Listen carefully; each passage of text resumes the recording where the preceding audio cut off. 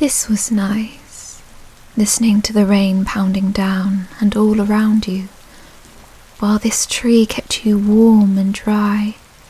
You felt comforted by this nature. Amid the wind and the rain, you could almost feel the tree curling closer to your body, like a loving embrace of an old friend.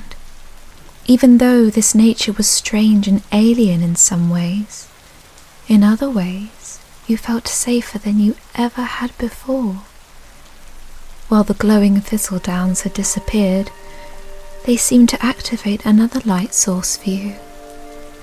Inside the hollow tree, at the very top, shone what appeared to be a yellow stone. It looked like the sap of the tree had solidified and collected into one large drop of amber.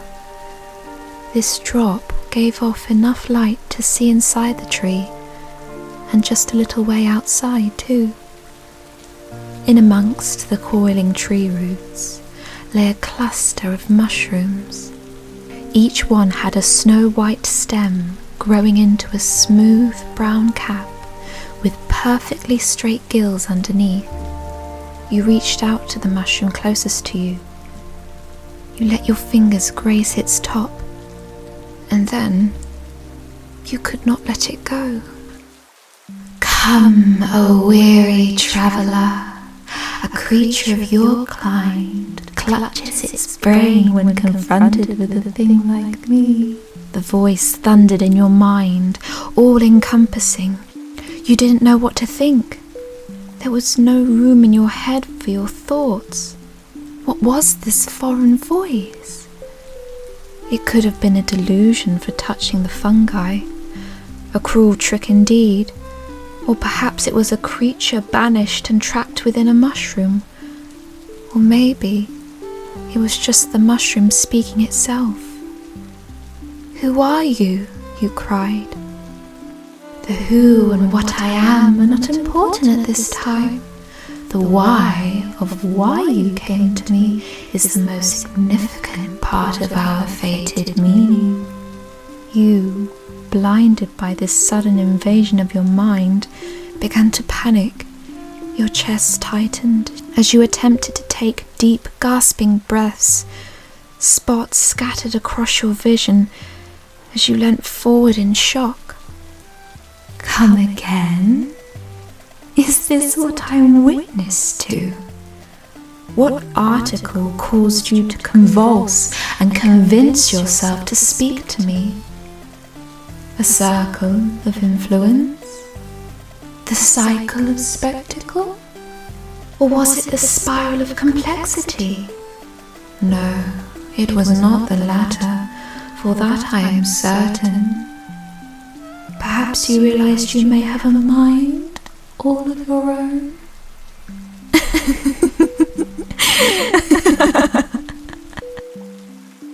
It laughed.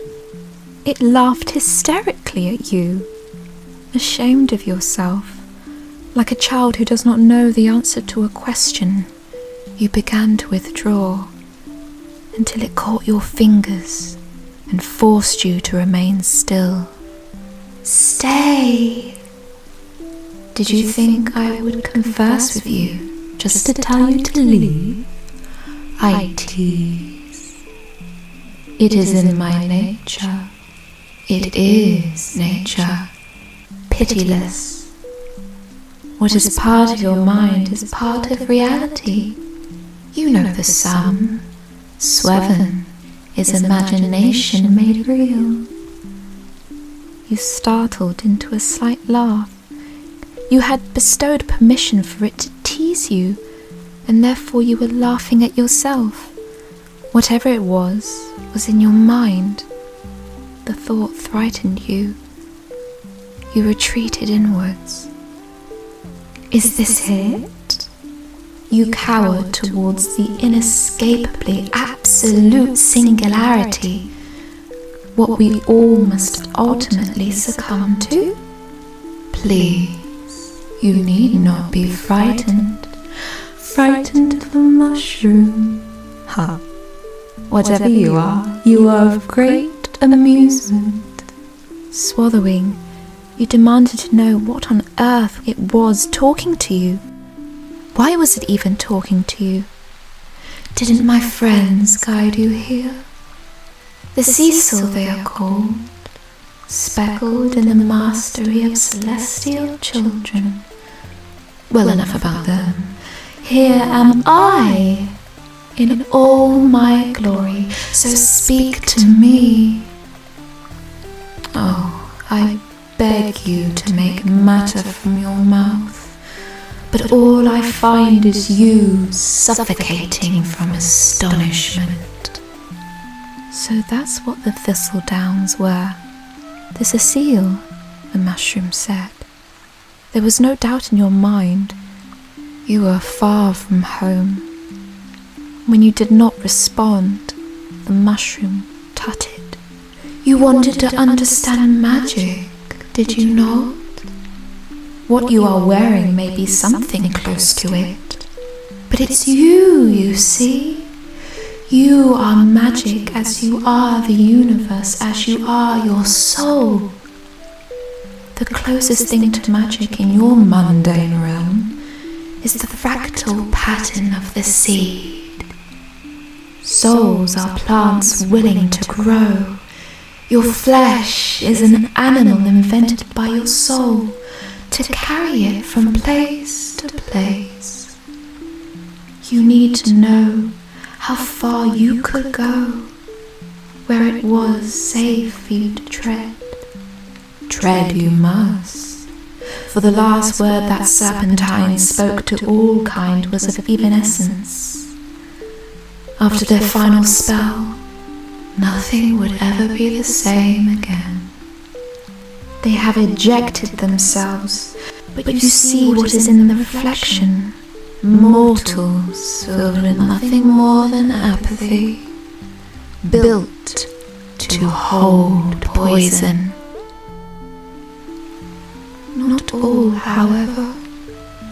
Your soul has learnt stars do evolve, but the void retaliates.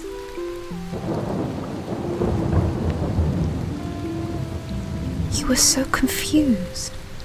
What was this mushroom talking about?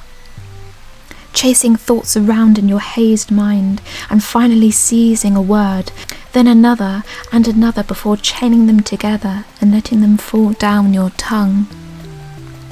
What is this place? And where am I going? Where will I be going? This is the last time our world will be this way. Now this place is not important. Only the fact you are here is important. You still haven't told me who you are. Do you even have a name? You thought out loud. I am the living death, and so are you. One more beginning, and you will be so much more. In death comes grief. Acceptance grows in all absences. The overwhelming crescendo beat in time with your own heartbeat, pounding into the back of your brain. If our meeting was fated as you said, then I must be here for a reason. You must know the reason. What do I need to do? Consume me. Consume? Did it mean eat it? That was the only thought in your head, and the mushroom did not tell you otherwise. Yes, that's right. Consume. Best you do it soon. You will never reach beyond this place unless you do. You can try to leave, but the woods will always lead you back to me. You might as well have done with it and do as you are told. For once, that would be the best thing for you to do. And, of course, what a privilege will be bestowed upon you. You will be the first to unite with me. Perhaps it was best to do what the mushroom said. You did not want to be stuck in a proverbial time loop, where you were always being rained on and your toes were forever cold. It couldn't be that difficult. Eat a mushroom. You had been forced to do worse. Time to get it over with. You picked the mushroom, observed it under the light source above, amber in colour. A typical mushroom shape, white wrinkles underneath its cap, with a light-coloured stem. You instinctively knew what to do. With your forefinger and thumb, you pinched a piece of that mushroom's cap and tore it away. It was soft and thick, like the crust of a fresh loaf of bread. You brushed the earth away and placed it inside of your mouth, in the middle of your tongue, letting your saliva coat the mushroom. Then you bit into its rubbery flesh. It was a taste you'd never experienced, sparkling along your tongue and hissing down your throat, like swallowing a sparkler. Yet the only flavour you could liken it to was the fermenting flesh of the earth, blood-soaked earth, the flavour infused into your cheeks and gums. You swallowed. Wait a minute. It was poisonous, wasn't it? Terrified beyond coherent thought, you started to hyperventilate. No one knew where you were, and no one could help you. Nothing expelled from your stomach. Nothing. No. You have gone too far. Come back to nature. Utterly lost in words, you returned to thought. The mushroom was there, closer now, whispering directly into your ear like an oracle of old. You began to panic. Reality is a set of boundaries. Being alive is a state of movement. Were you moving? No, was the answer that permeated the atmosphere. No language needed there. If this is the time to ask questions you were desperate for, this was the time. Am I dying? You asked. Death is merely the discovery you can be anything. Limitations define what you are now. Your hands were shaking now.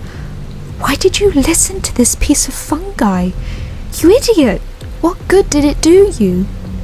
I can do everything. I can be everything if you wished it so. But back you go. You were always safe with me. I can show you silence. Just be quiet, you cried. Shut up, please. Just stop. Belief after doubt is the most potent magic of all. You went to cover your eyes, your ears, your face, but your hands shook so viciously. Piece by piece your vision magnified into your palms to see the creation of your atoms, electrons, and quarks beating to the hum of the earth below, all grappled together by your inner light. As you glanced at this radiance, it burst, ascending higher and higher, colliding and glinting through the leaves of trees, where air and vapour and pollen and oxygen and nitrogen and the scintillating mass of matter shot through your face, between your eyes, until you could see the back of your head in an abounding canvas of white. Spheres of spectacle shone in joy, alive and well. The branches of trees grew, warping into the sky above, painting the black between the nebula, the dust and forgotten stars. You let the spectrum of colours slither out of their lines. You managed to grab a fractal and skim it across the waves of this world's magnetic vibrations. Still it bounced away, sliding around the orbit of the cerulean planet. until the distant, banished planet wrenched itself out of orbit to meet you, so strongly, its tongue lashing in monochrome, beckoning to know if you knew what the opposite of the void was. The mushroom, pleased, sang kindly to you. Oh, to the shade of green of a newborn realm, who sings to breathe the melancholy of darkest ink away, away, away, until the cycle ruptures thrice and oscillates a pattern more complex than the one before, to the branches of the tree that trace the blue, to the blue that glazes the star, and the star who reverberates into the weighted blanket of space. Those threads of a patchwork god, parallel, but never entwined. This newly born flesh blinked awake. Your eyes drew to the fungi of the forest, locked into an orbit unseen and inescapable. The voice scattered to speak to all the pieces of yourself. You are a simple thing made from chaos. You are finite, but your magnificence retains in every pathetic false fraction you see yourself as. Your childhood self is proud of your light. The innateness is what you childishly fear. Look back into the realm of childhood. Find what terrified you, what petrified you to your core, and realize that very thing is what kept an ounce of hope in you. Carry these words as tightly as you hold contempt for yourself. Whatever this mushroom was, you had the feeling that possibly, in some forgotten folklore, this was the clay gods made human beings from. Now you have perceived it for yourself, you must understand its meaning. You know you cannot delay. Take my offspring, take them with you, but leave me behind. Take them to the dwelling not far from here. The wind runs cold in its direction. Give my children to the one who resides there. You agreed, plucking each smaller mushroom from behind the one who spoke.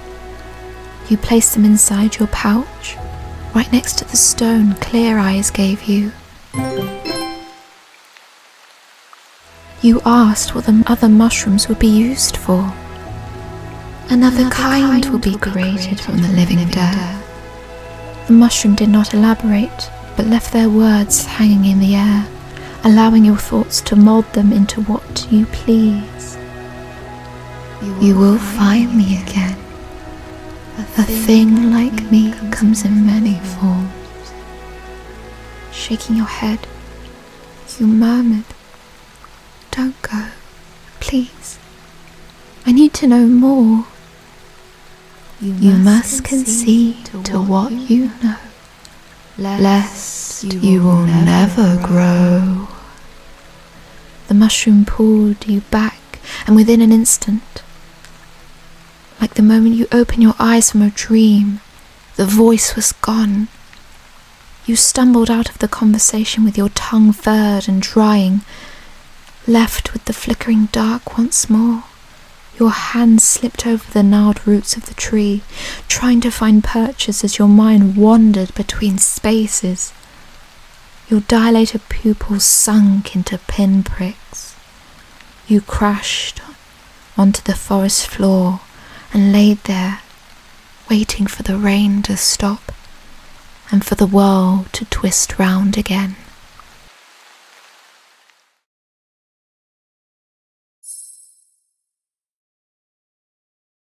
Hi everyone, thank you so much for watching my video.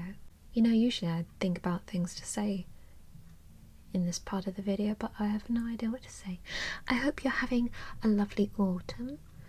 The next video will be moving away from mushrooms and weird voices in your head. And it will be going on to a more wintry theme, just in time for the season. Well, I'll be getting on with that because I haven't written any of it, so take care for now. Bye bye.